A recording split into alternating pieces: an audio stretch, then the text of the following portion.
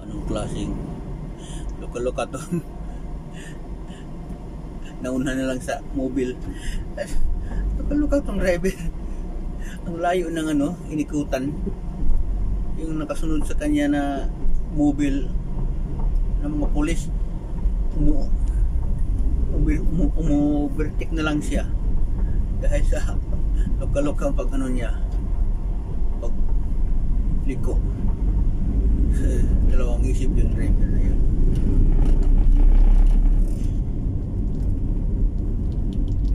Pag tayo mga driver, pag halimbawa nakalanganin tayo mag-left turn, mag-right turn, mag-U-turn, pag alanganin na, diretso ko na lang, doon ka lang sa dulo mag-U-turn. Kasi yung dahilan na magkaroon ng banggaan kasi bigla kang huminto, biglang lumiko. Yung nakasunod sa'yo or kasalubong sa'yo, hindi ka napansin ka agad tamaan.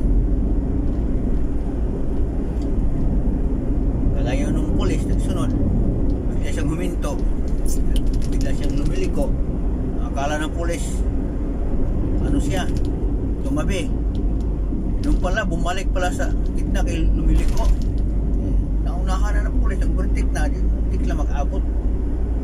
Yun mga driver na inibang po, pag maalanganin tayo, huwag natin pilit. Hindi naman tayo dumiretso, balik na lang. Kasi pag ganyan kasi sistema kabiyahe doon nga mag-drive tayo nga alanganin, gusto natin pag gusto natin lumiko dyan, tapos nakalampas na tayo, pilit natin bigla tayo huminto, biglang lumiko, magpuso ng disgrasya Pag nakalampas na, diretso ka na lang, doon ka na lang sa dulo mag-U-turn para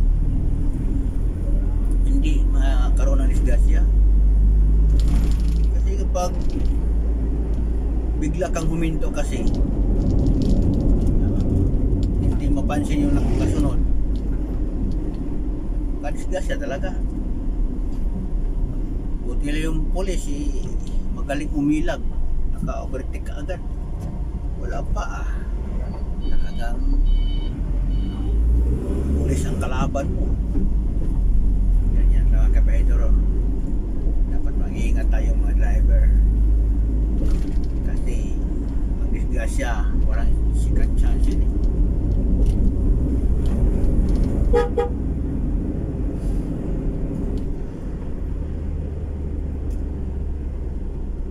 daming lapad itong daan na to, kaso lang double purpose kasi, pair tapos daan, diba?